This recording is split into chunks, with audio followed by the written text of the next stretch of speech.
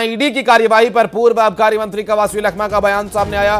पूर्व मंत्री कवासी लखमा ने कहा कि ये छापा राजनीति से प्रेरित है। विधानसभा में मैंने सरकार के खिलाफ बहुत से मामले उठाए, इसलिए ये छापा मारा गया। कवासी लखमा ने कहा कि मुझे अंधेरे में रखा गया, इस घोटाले के बारे में नहीं है कोई जानकारी। कवासी लखमा ने कहा कि मेरे घर से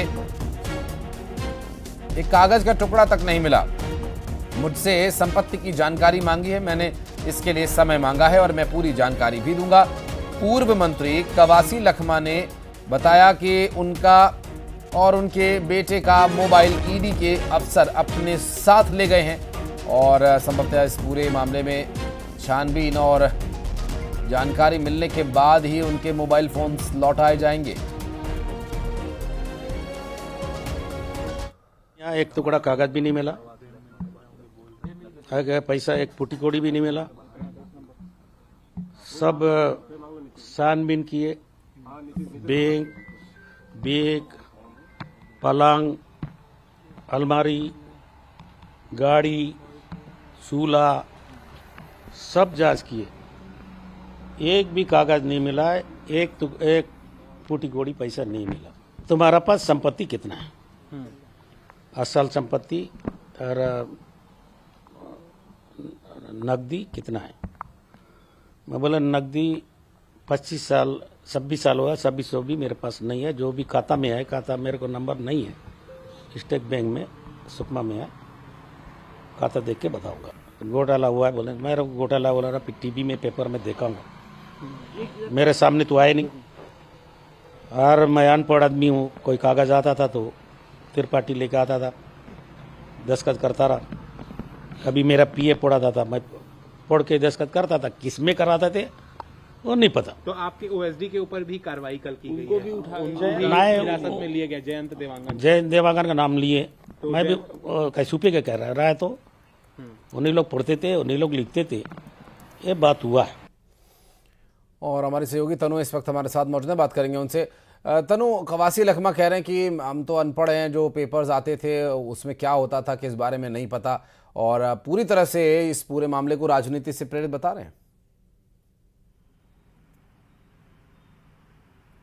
जी बिल्कुल, देखिए ईडी की कार्रवाई के बाद पूर्व मंत्री कवासी लखमा का जो बयान सामने आया, और इस बयान में वो बता रहे हैं कि किस तरह से जब तड़के सुबह ईडी की टीम वहां पर पहुंची थी और रात के 8 बजे तक घर के हर एक कोने को ईडी की टीम ने जो है तलाशा है, जांच पड़ताल की है, और इसके बाद उनके मोबाइल फोन भी जो है वो लेकर चले गए हैं, साथ ही दस्तावेज उन्होंने खंगाले। और जिस तरह से कल एक वीडियो सामने आया था, उस वीडियो में जो ईडी के अधिकारी हैं वो दस्तावेज लेकर जाते हुए नजर आ रहे थे। उनके गाड़ी पर भी ईडी की टीम जो है वो दस्तावेज खंगाल दी थी, लेकिन यहाँ पर कवासी लखमा कह रही कि उनके पूरे घर में उन्हें एक भी कागज पत्थर जो है वो नहीं मिला है। इसके साथ ही उन्होंने जितने भी गड़बड़ी के आरोप लगे थे, ये सभी आरोपों को उन्होंने जो अपने अधिकारियों पर ब्लेम कर दिया। उनका कहना है कि अधिकारी ही लिखा पढ़ी करते थे, सारा चीज अधिकारियों ने किया है, उन्हें अंधेरे में रखा गया है, और जब भी अधिकारी किसी भी तरह के काम को लेकर उनके पास पहुंचते थे तो वो केवल सिग्नेचर करने का काम करते थे, उस कागज के अंदर क्या कुछ लिखा होता था इसकी कोई उनकी जानकारी नहीं है। इसके साथ ही उन्होंने बीजेपी पर भी आरोप लगाया कि जब जब चुनाव नजदीक आते हैं बीजेपी जो है कांग्रेसियों को बदनाम करने के लिए इस तरह के हटकंडे अपनाती है, और एक तरह से इसे पूरे राजनीति से प्रेरित उन्होंने बताया। साथ ही जो ईडी के अधिकारी हैं उन्होंने उनसे संपत्ति की जानकारी। इस बीच हमारे साथ भारतीय जनता पार्टी से अनुराग अग्रवाल जी मौजूद हैं। अनुराग जी, क्या इसी वजह से कई लोग राजनीति में पढ़े लिखे लोगों की मांग करते हैं? विषय नहीं है, कितने आराम से कवासी लखमा जी अब स्वीकार कर रहे हैं कि वो जो कागज लाता था मैं साइन कर देता था। हाँ। मुझे नहीं मालूम क्या इतने जिम्मेदार पद में रहने को एक जिम्मेदार पार्टी, विश्व की सबसे बड़ी सबसे पुरानी पार्टी ने जिसको उद्योग मंत्री और आबकारी मंत्री बनाए, ये सिर्फ इस बयान दे के बच सकते हैं क्या? हाँ। क्या इनकी जानकारी के बिना हो सकता है क्या?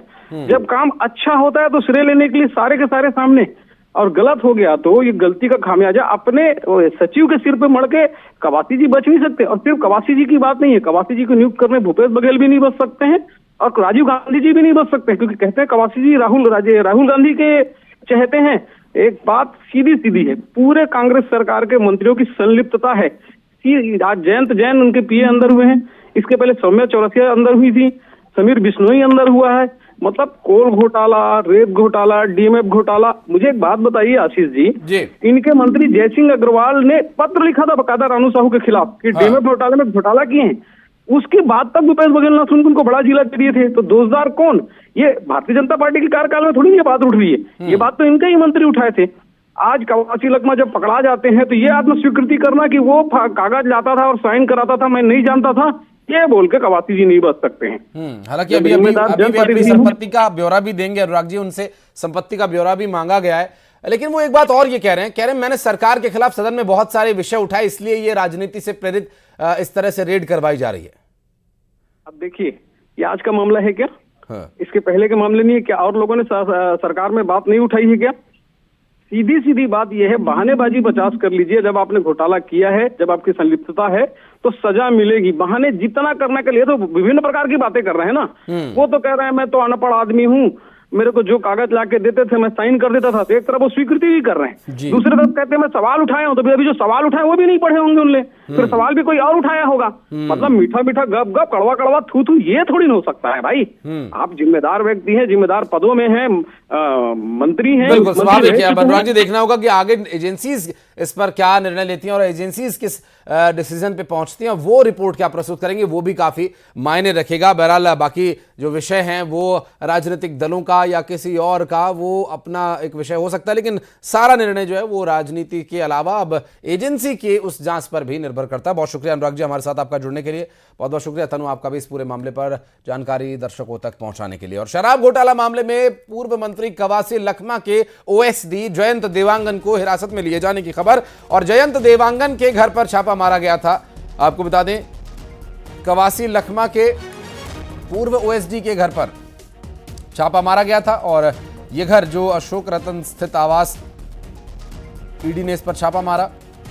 और शराब घोटाला मामले में हालांकि अभी तक सिर्फ ये कयास ही लगाए जा रहे हैं कि ये किस विषय पर ईडी की टीम पहुंची है। हालांकि कवासी लखमा के सामने आने के बाद जो बयान उन्होंने दिए, कुछ जो विषय है वो स्पष्ट भी होने लगा है कि ये जो विषय है शराब घोटाला ही से जुड़ा हुआ विषय हो सकता है। हालांकि अभी तक इस पूरे जांच पड़ताल में जो लक्ष्य तय किए गए थे अभी तक हासिल नहीं हो पाए हैं।